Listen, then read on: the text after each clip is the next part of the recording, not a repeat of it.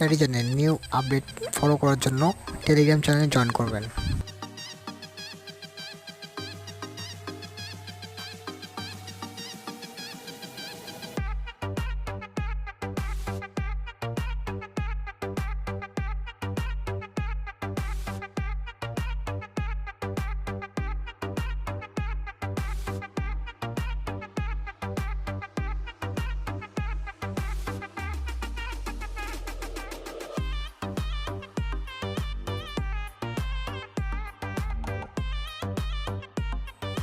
অ্যাড্রেসটা পেস্ট করার জন্য আপনারা এখানে গেটওয়ে থেকে আপনারা অ্যাড্রেসটা পেস্ট করবেন, তো সাবমিটে ক্লিক করবেন, তো সাকসেস হয়ে যাবে।